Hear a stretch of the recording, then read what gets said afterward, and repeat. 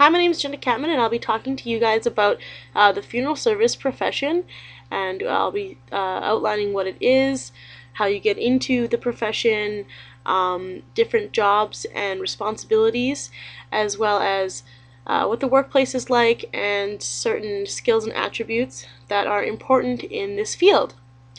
So the first thing I'll do is tell you the differences between being an embalmer and being a funeral director. So funeral directors are in charge of arranging and directing funerals. They will meet with the families of the deceased and plan the funeral, where it will be, what will take place, what kind of food will be served. Is all of those decisions get made at an arrangement meeting. The funeral director as well will be present at the funeral to make sure that everything goes smoothly. What else does the funeral director do? Oh, lots of paperwork and just general care of the family. The person that embalms will do things like get the body ready for viewings and funeral services, both open and closed casket, as well as get the body ready for cremations. So this includes prepping the body with like makeup or an embalming fluid, of course, and other things like that, maybe doing the hair. So like various responsibilities that are expected in the funeral home that you would be working at is, well, of course, to arrange and direct funerals, embalm bodies, transfer bodies from hospitals, care homes, private residences, to the funeral home. That is the responsibility of the staff at the funeral home to pick up the bodies and bring them back. Some jobs that people don't really think about when they think of funeral service is all those small jobs such as washing the cars. Like the funeral service, the funeral home will have a fleet of vehicles that they always need to be clean, so washing the vehicles. And other jobs that are important are shoveling snow, maintaining the property of the funeral home, as well as keeping the inside clean, and just overall maintaining a calm and collected environment so grieving families have a place to go and be comfortable. Other jobs include setting up picture displays,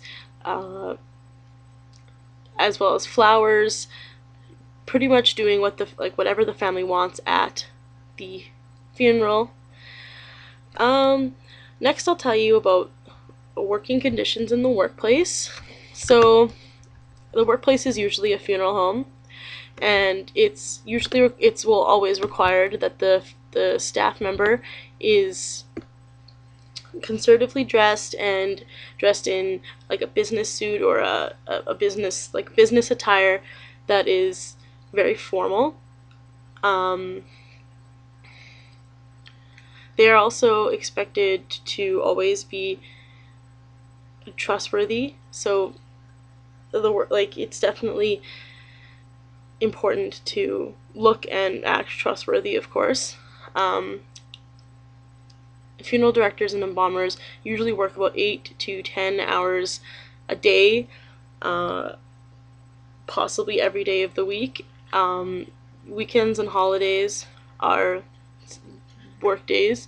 I mean, every day is a work day, so it's important to realize that that's a commitment. Another thing that people maybe don't think about is that at a funeral home there's always somebody on call. So if a person passes away in the middle of the night, the person who's on call will be responsible for picking that person up and bringing them to the funeral home. And so this is another responsibility of the funeral director or embalmer, to be not all the time, but to be available to do on-call work. Some skills and requirements that are needed for the job are, well, number one, to be physically fit and have some strength, as you'll be lifting caskets and just general lifting and moving things, even just chairs, just arranging chairs for reviewing, and tables and stuff like that. It all takes some aspect of physical fitness.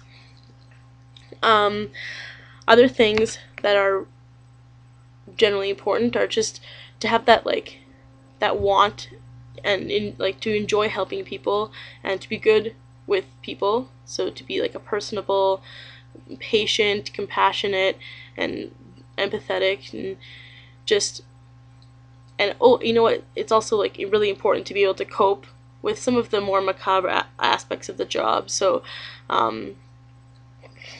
working with dead people, sometimes people aren't very comfortable with it. So that's something that is obviously very important in the profession, to just kind of think of it as an act of charity and like an act of service to be dealing with situations like that. Again, it's important to be aware of not having the set 9 to 5 work hours that lots of people want when they when they get into their profession.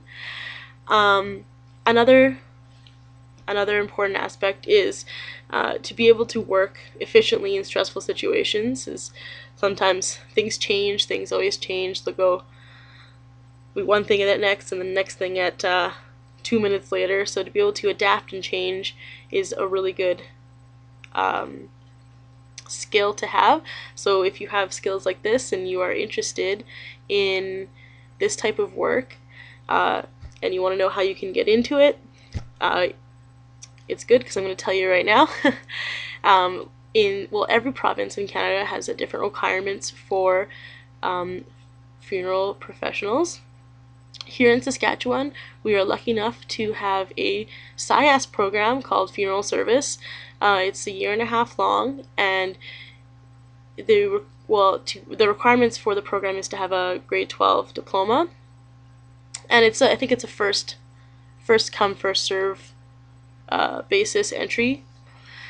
It's all distance learning, so you do everything at home, and one thing that's really great about the program is that there's lots of practicums and work experience so that you can get a hands-on feeling for the job and just be really comfortable.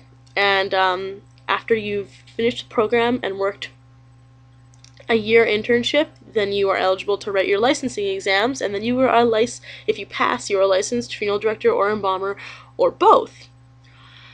So